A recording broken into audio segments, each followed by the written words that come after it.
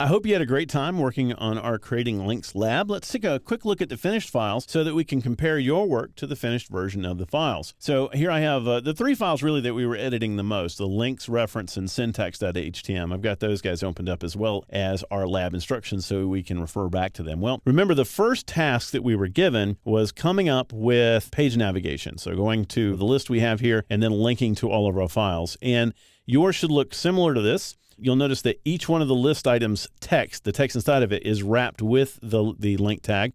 Notice that the anchor tag is going inside the list item. Now, some of you may have wrapped it around the list item. In this case, you want to place it inside the list item, but around the text. So make sure the placement of that is correct. Pretty straightforward in terms of links because they're in the same folder. So you're not really having to point them anywhere other than just naming the file. So the href attribute should have been pretty easy. You're just naming the file that they're linking to. Now, for titles, I went ahead and just put in the title of the page, Introduction to HTML, HTML syntax. You might have typed in something else like learn more about HTML syntax or click here for a reference. That's fine. You just want to be descriptive with that text. You want that text to be short, concise, to the point, and describe what the contents of that page are going to be. So as long as you feel like you did that, then don't worry if yours matches mine or not. There's also case insensitive, so it doesn't really matter whether you capitalized them or not. Just felt I should point that out as well.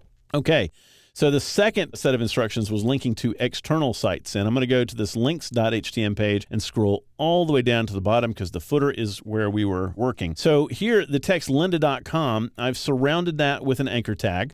The href goes to lynda.com. Remember, since we're using an absolute link here, we want to make sure that the protocol was added as well. So that should be http://www.lynda.com. I have a title here, and if you did something that said, visit lynda.com, or you can learn it at lynda.com, then you did way more marketing than I did. I just placed in the lynda.com title, and that was it. But if you were more descriptive there, then you actually probably did a better job than me. And then finally here, I also used the target attribute of _blank to open that up in a new tab or a new window. So remember, that was one of the instructions as well. So yours should say the same thing, which is target _blank. If, by the way, you happen to do these attributes in a different order, like maybe you did target first and title second and href last, that's fine. It's still going to work. I always like approaching a link with the href first because it's kind of the most important attribute of the link itself, and it makes it very easy to scan your links and tell where they're going. The second task here in terms of linking to external sites was to link to the lynda.com profile on Twitter. Now, you had a bit of a hint here because I had my Twitter profile already linked.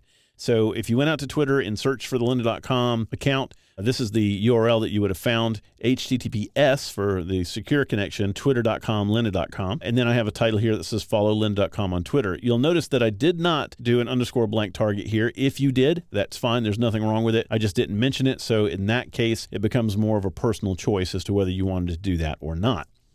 And back to our instructions, our last task was to link to internal sections within our pages. And I'm going to start at reference because remember we had this line right here that we wanted to link down to the named character entities table. Now, as I mentioned in the previous lab instructions movie, that this was a two-step process. And in order for this to work, you had to remember to go down to the table and assign an ID at some point down here. Now, I assigned the ID to the header itself, the H3. I gave it an ID of named. If you use something other than named, that's fine. Little aside here about IDs. You want them to have some type of semantic meaning. So named here references the common named character entities. If you named it something like link or jump or something of that nature, something that doesn't really mean anything, that's fine, it'll still work, but from a readability standpoint, it becomes difficult to figure out what it is that you're referring to. So you might want to make sure that when you create an ID that it has some type of semantic meaning to it. So I placed the ID on the header. If you put it on the table, that's fine. It's just going to affect exactly sort of where and how far down the page jumps. And then back up in this lead paragraph here, you can see that I took the text named character entities, I wrapped it in a link tag, and I just linked to the hash named or octothorpe named, if you will, href attribute. So pretty simple. That's exactly what we're doing to jump down the page. If I check this out in the browser and I click on the reference page here, if I click on the named character entities, you'll notice it jumps right down to the table.